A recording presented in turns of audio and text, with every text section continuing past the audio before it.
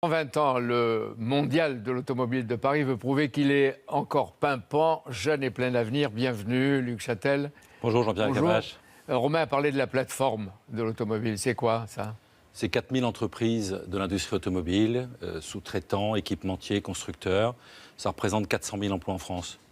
Et une équipe? Oui, c'est un peu l'équipe de France de l'automobile. Si vous... Et alors, et vous en seriez le sélectionneur?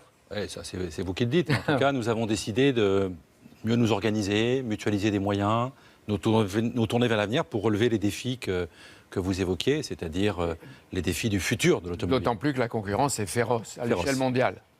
Le mondial de l'auto est inauguré mercredi après-midi par le président de la République. C'est au moins 1 million de visiteurs prévus, des passionnés comme Romain et Clélie, mais en même temps quelquefois déboussolés par les mutations en cours et une sorte d'avenir qui est, je ne dis pas incertain, mais inconnu. Oui, ce qui est complexe, c'est que d'abord, l'automobile reste une passion. Donc, on vient toujours au Salon de Paris pour voir le dernier modèle, la DS3 Crossback ou le nouveau Kadjar. Et puis, en même temps, nous vivons des mutations absolument sans précédent dans l'automobile qui vont avoir des conséquences considérables sur la localisation de production, sur les emplois, sur l'automobile que demain vous piloterez ou vous laisserez piloter par quelqu'un d'autre. Ou qui se pilotera toute seule. Et donc, nous devons anticiper ces mutations et les présenter. Et c'est pour ça que cette année, nous avons en fait 4 mondiales en un. Le mondial de l'automobile, la moto que nous avons décidé de regrouper, mais aussi et surtout, j'allais dire, le mondial de la mobilité au Hall 2, qui présentera toutes les solutions de mobilité d'avenir pour les villes de demain, et le mondial tech, c'est-à-dire toutes les start-up qui sont dans l'industrie automobile et qui innovent pour inventer les solutions. J'ai vu qu'il y a les motos, mais les vélos électriques et les trottinettes électriques. Et vous savez, l'avenir est fait de solutions combinées de mobilité. C'est à l'époque où on vendait une voiture fabriquée dans nos usines à un automobiliste qui la conduisait, va évoluer vers un système de prestation de services de mobilité combinée. On voit où les constructeurs eux-mêmes deviendront des prestataires de services.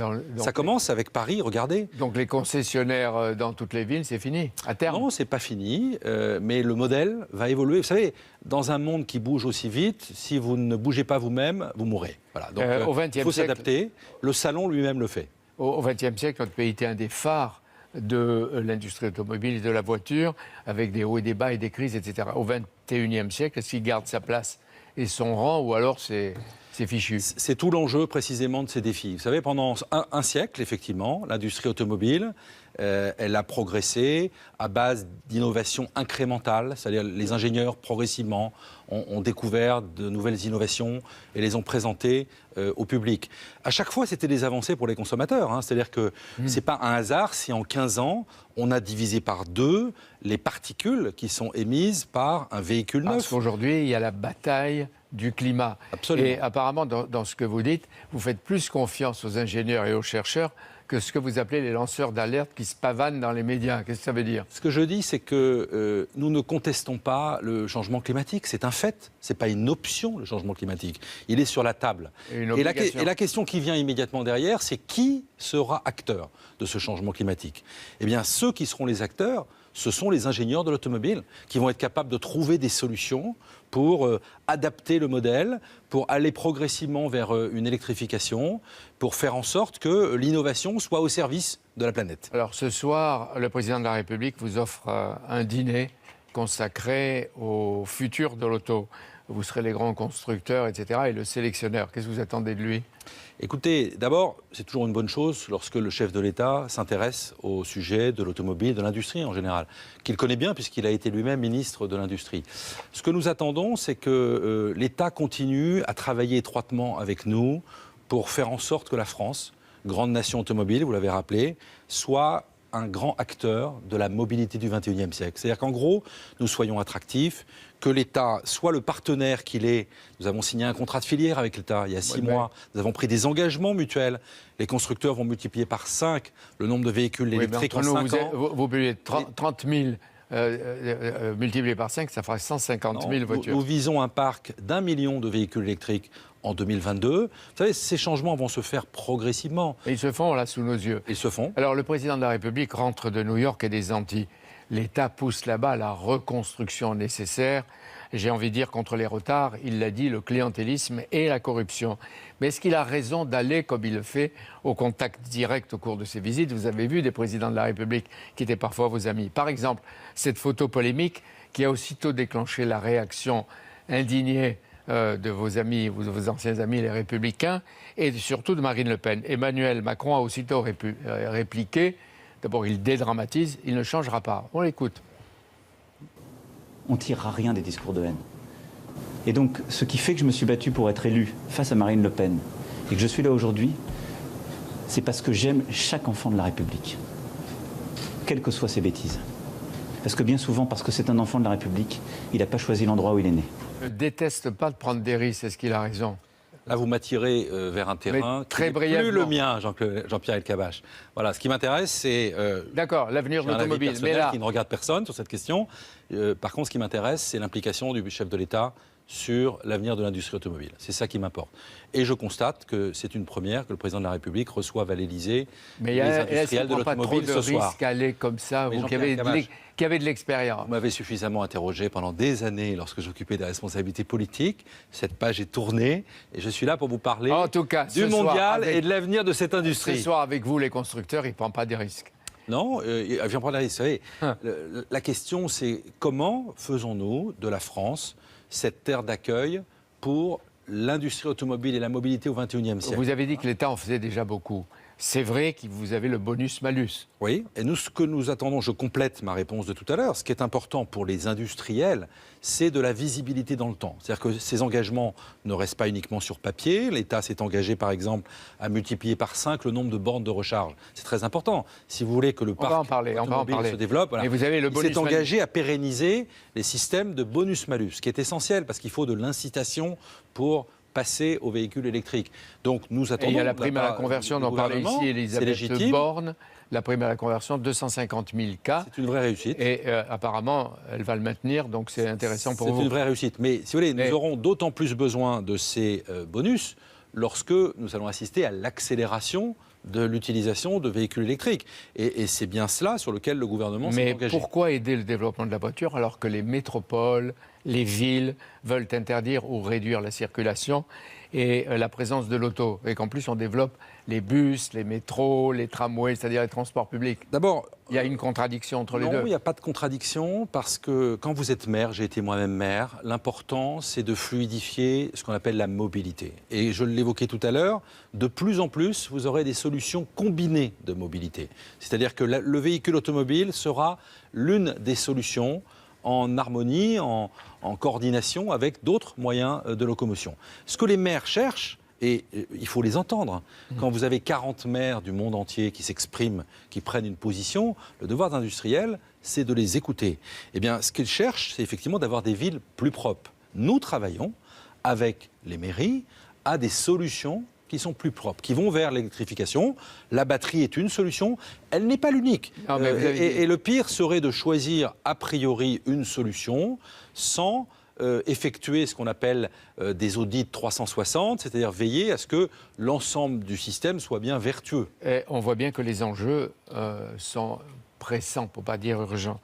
L'environnement, la lutte anti-pollution, avec les normes européennes et françaises qui sont très dures, de plus en plus dures.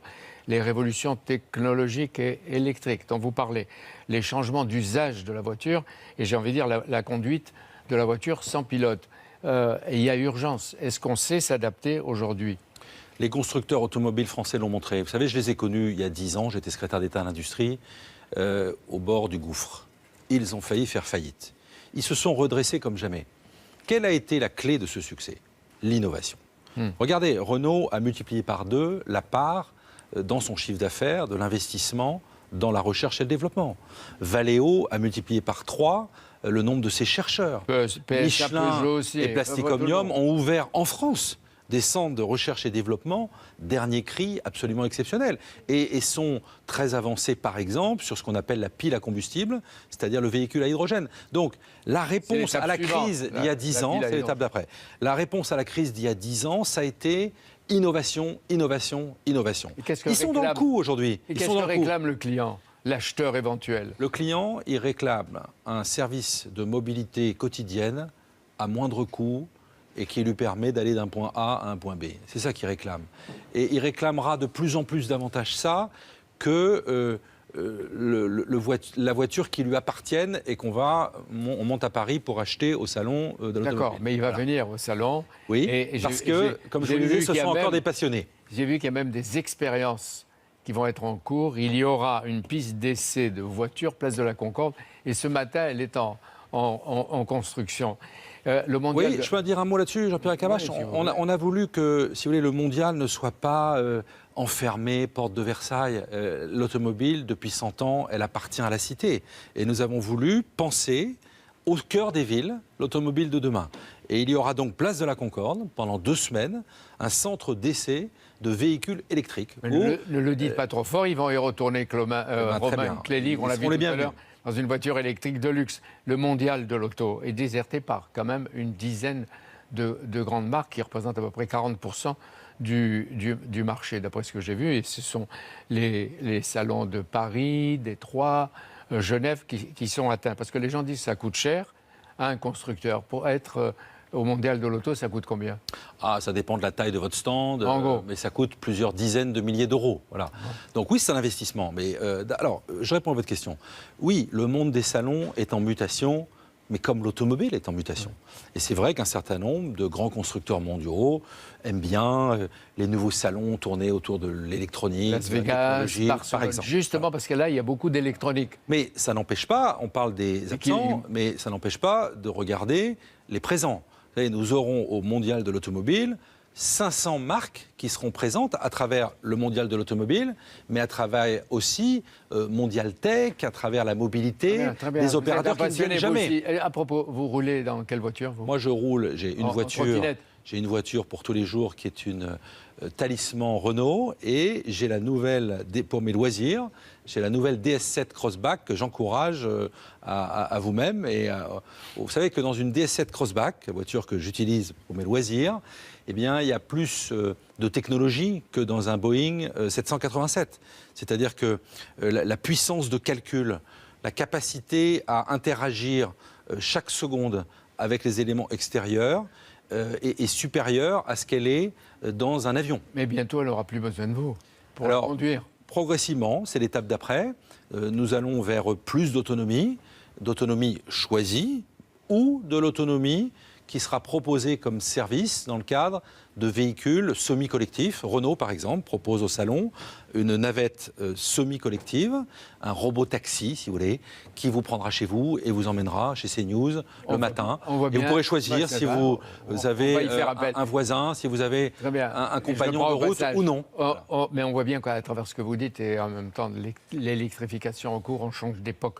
Parce qu'on passe de la voiture personnelle avec un moteur thermique à un modèle électrique mixte, parfois les hybrides, sans conducteur et la voiture partagée, et même sans avoir la propriété de la voiture. C'est ça qui est extraordinaire. Et je viens d'entendre qu'en Californie, il y a une société qui est en train de payer des automobilistes pour qu'ils laissent la voiture chez eux, qu'ils renoncent à la voiture. Ouais. Vous savez, nous sommes à l'époque des pionniers. Un peu ce qu'ont connu nos ancêtres en 1898, au moment du premier salon, où personne, je dis bien, ne percevait ce qu'allait être au XXe siècle la révolution automobile. Comment elle allait façonner finalement la société occidentale. Eh bien aujourd'hui, nous sommes un peu dans la même situation, de pionniers qui ont besoin d'investir dans toute forme de technologie, parce qu'on ne sait pas encore ce qui va triompher demain. Si je vous demandais à quoi ressemblera l'automobile dans 10 ans, vous ne pourriez pas tout à fait me le dire. Si, nous en connaissons les contours, c'est-à-dire un véhicule qui pourra être semi-collectif, mais un véhicule en tout cas qui sera électrifié, qui fera l'objet d'une prestation de service, c'est-à-dire qui appartiendra sans doute davantage à une flotte qu'à et donc là, on risque client en particulier.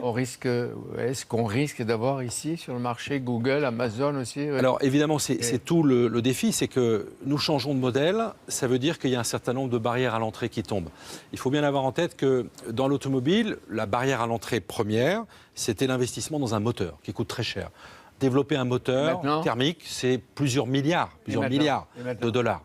Un moteur électrique, c'est simple comme bonjour, c'est-à-dire que quelques dizaines de milliers d'euros vous permettent d'accéder à un moteur électrique. Donc vous avez une barrière à l'entrée qui tombe.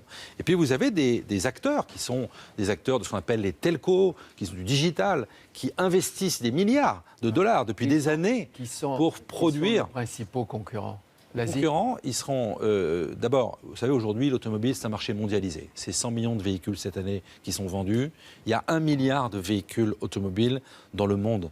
Il va y avoir... les principaux concurrents? Les principaux concurrents, vous avez Chinois. Les constructeurs.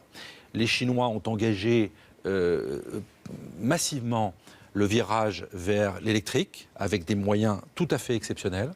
Mais, comme vous le citiez à l'instant, il n'y a pas que les constructeurs, puisque demain, tout ce monde va être chamboulé. Les équipementiers vont proposer des voitures aux clients et être concurrents des constructeurs. La France. Les gens de la tech vont proposer des véhicules autonomes. Donc ce monde est dans ce qu'on appelle une disruption technologique jamais vue. Alors, la France a été pionnière avec l'ambition visionnaire de la voiture électrique et des batteries.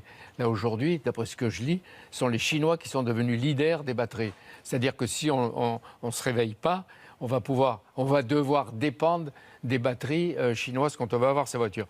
Donc, il y a la nécessité d'efforts. Et où on mettra ces batteries? Combien il en faudra quand on circulera avec les voitures électriques, électroniques et qui marcheront presque toutes seules? Il y a plusieurs questions en même temps. On va vite. Vous abordez un sujet absolument majeur. C'est la rapidité de cette transformation. Personne ne conteste la transformation, je le dis tout à l'heure. L'agenda climatique, ce n'est pas une option. Maintenant, la question, c'est que la France est une grande nation automobile. Je disais tout à l'heure 400 000 emplois, un savoir-faire sans précédent. Donc nous avons un acquis. Et il faut gérer cette transition dans le temps. Je vous prends un exemple. Il faut 7 fois moins d'ouvriers pour produire un moteur électrique qu'un moteur diesel. La question, je la pose. Comment va-t-on gérer cette transition? Nous avons des talents formidables dans l'automobile, nous avons des bassins de vie qui ne vivent que de ça. Notre métier à nous, plateforme automobile, c'est d'anticiper et de réfléchir aux métiers de demain dans l'automobile, aux formations, comment on attire les talents, comment on les forme. Et ce ne seront pas les mêmes besoins que ceux des 10, 20, 30 dernières années. Alors, vous avez fait de la politique pendant une quinzaine d'années. J'ai fait de l'entreprise aussi.